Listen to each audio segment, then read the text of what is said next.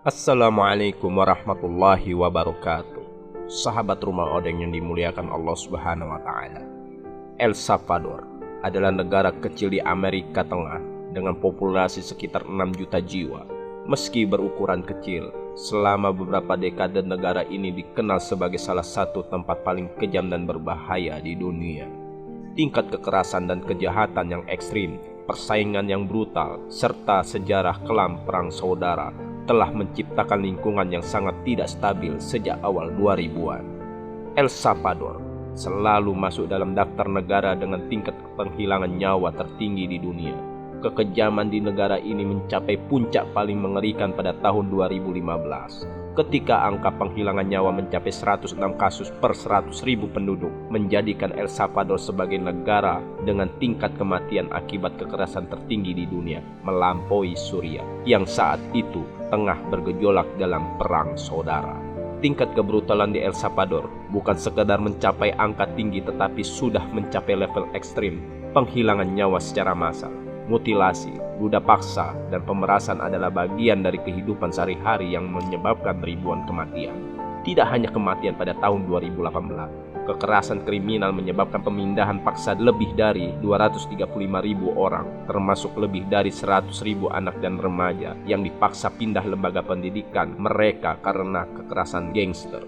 Keadaan darurat di El Salvador tampaknya tidak memiliki tanggal kadaluarsa, akan tetapi semuanya berubah pada 1 Juni 2019 ketika seorang Nayib Bukele resmi dilantik sebagai Presiden El Salvador.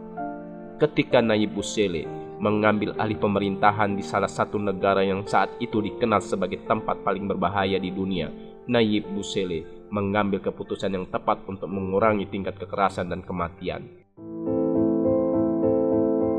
Ternyata, hanya dalam waktu 5 tahun, Bukele berhasil mengubah keadaan secara drastis. Jika pada tahun 2019, angka kehilangan nyawa di El Salvador mencapai 103 kasus per 100.000 penduduk, pada tahun 2023, jumlahnya turun tajam menjadi hanya 24 kasus. Hal ini menobatkan El Salvador sebagai negara paling aman di Amerika Latin. Sejatinya, kekerasan di El Salvador bukanlah fenomena baru. Akar permasalahan dapat dirujuk hingga era perang saudara di tahun 1980-an hingga tahun 1992 yang menyebabkan gelombang besar imigran ke Amerika Serikat.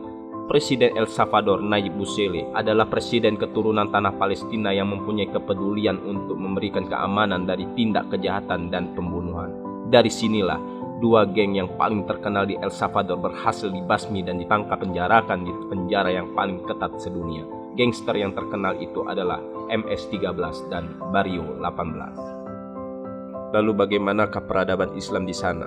Apakah ada umat Muslim di sana yang di negaranya penuh dengan gangster yang sangat brutal? Yuk kita simak bersama.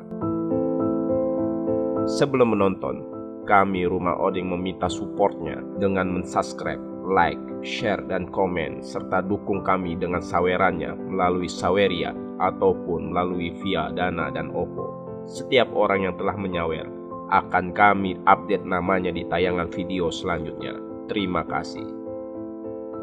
Sahabat Rumah Odeng yang dirahmati Allah Subhanahu wa Ta'ala, di jantung Amerika Tengah, tempat peradaban Maya dan Pipil kuno pernah berkembang pesat, terletak tanah yang penuh misteri. Inilah El Salvador, tempat dengan sejarah yang kaya, tradisi yang mengakar kuat, dan rahasia yang tersembunyi. Namun, di balik permukaan negara yang mayoritas beragama Katolik ini, ada sebuah kisah yang telah terungkap selama berabad-abad. Sebuah kisah yang berbisik melalui lorong-lorong waktu, menentang keheningan yang dipaksakan oleh sejarah. Sejarawan dan arkeolog telah memperdebatkan gagasan bahwa penjelajah Muslim, mungkin orang Moor yang melarikan diri dari Reconquista atau pedagang Afrika Barat, mungkin telah mencapai Amerika jauh sebelum Columbus. Meskipun buktinya spekulatif, itu cukup untuk memicu imajinasi. Jika jauh di masa lalu pra-Columbus ada pertemuan antara penduduk asli dan pelancong Muslim, bagaimana jika benih-benih Islam ditabur di tanah yang subur di Amerika Tengah hanya untuk dikubur oleh pasir waktu? Tahun itu adalah 1524. Bangsa Spanyol didorong oleh kekuatan ganda penaklukan dan konversi, tiba di El Salvador dengan tujuan tunggal untuk mengklaim tanah dan penduduknya untuk memberikan mahkota Spanyol dan gereja Katolik. Dipimpin oleh Pedro de Alvarado, mereka berjuang melawan melalui darah dan api sampai penduduk asli ditaklukkan. Dengan penaklukan Spanyol datanglah pemberlakuan agama baru, agama yang akan mendominasi setiap aspek kehidupan dan koloni tersebut. Katolik menjadi hukum negara dan jejak kepercayaan lain dihapus secara sistematis. Gereja menjadi lembaga pusat penengah moralitas, penegak iman selama berabad-abad. Gereja Katolik memegang kekuasaan atas setiap aspek kehidupan di El Salvador. Sahabat Rumah Odeng yang dirahmati Allah Subhanahu wa Ta'ala, sisa-sisa Islam jika memang ada pasti telah dihapuskan, disembunyikan di bawah lapisan-lapisan pemerintahan kolonial yang hilang dalam sejarah. Namun sejarah seperti halnya pasang surut tidak pernah benar-benar tenang. Saat dunia dibentuk ulang oleh perang, revolusi, dan pergolakan ekonomi, gelombang orang baru menemukan jalan mereka ke El Salvador. Di antara mereka adalah imigran dari Timur Tengah, Lebanon, Palestina, Suriah yang melarikan diri dari kekacauan Kekaisaran Ottoman dan mencari kehidupan baru di Amerika. Mereka tiba dengan sedikit lebih dari sekedar tekad dan iman mereka di tengah masyarakat yang bagian besar beragama Katolik. Para imigran ini diam-diam mulai membangun kehidupan mereka. Mereka membuka toko, berintegrasi dengan ekonomi lokal, dan secara bertahap membentuk komunitas yang erat. Meskipun jumlahnya sedikit, mereka membawa serta tradisi tanah air mereka, praktik budaya, bahasa, dan bagi sebagian orang agama Islam.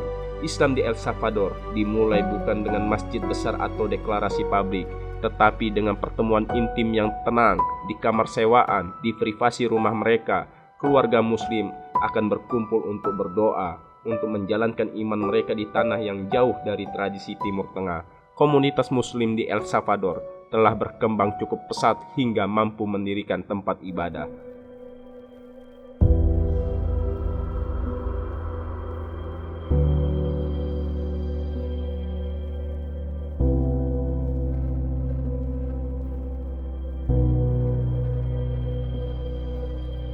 Masjid pertama yang konstruksinya sederhana dibangun di ibu kota San El Salvador. Meskipun ini menjadi titik fokus bagi komunitas tersebut, tempat mereka dapat berkumpul, beribadah, dan mendidik anak-anak mereka tentang ajaran agama mereka. Masjid kecil ini lebih dari sekedar bangunan. Masjid ini menjadi identitas bagi komunitas yang telah lama menyembunyikan ajaran agama mereka. Di sini, mereka dapat berbicara dalam bahasa mereka, menjalankan adat istiadat mereka, dan mengajarkan ajaran Islam kepada anak-anak mereka. Namun, bahkan saat mereka membangun komunitas mereka sebagian besar tetap tidak terlihat oleh masyarakat yang lebih luas. Sebagai minoritas, dalam minoritasnya yang menjalankan ajaran agama Islam, mereka di bawah bayang-bayang negara yang mayoritas beragama Katolik. Ketika beberapa tahun yang lalu ketika komunitas tersebut dimulai, keturunan Arab agak tertutup. Mereka sebagai orang Arab tidak menginginkan orang non-Arab. Salah satu karakteristik komunitas kami adalah sebagian besar dari kami adalah penduduk asli El Salvador. Sahabat Rumah Odeng yang dirahmati Allah Subhanahu wa Ta'ala, selama beberapa dekade, Islam di El Salvador tetap menjadi arus bawah yang tenang yang sebagian besar tidak diperhatikan oleh arus utama. Komunitas itu kecil, terisolasi, dan berfokus pada mempertahankan imannya di negeri asing.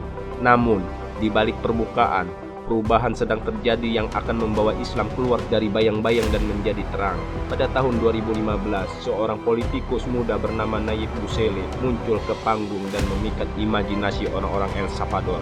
Dengan kecerdasan yang tajam, penggunaan media sosial yang cerdas, dan janji untuk menjungkir balikkan status quo, Bukele dengan cepat naik dari wali kota El Salvador ke jabatan tertinggi di negeri itu, yaitu menjadi presiden. Namun Bukele lebih dari sekedar fenomena politik. Ia adalah simbol generasi baru, generasi yang semakin beragam dan kompleks.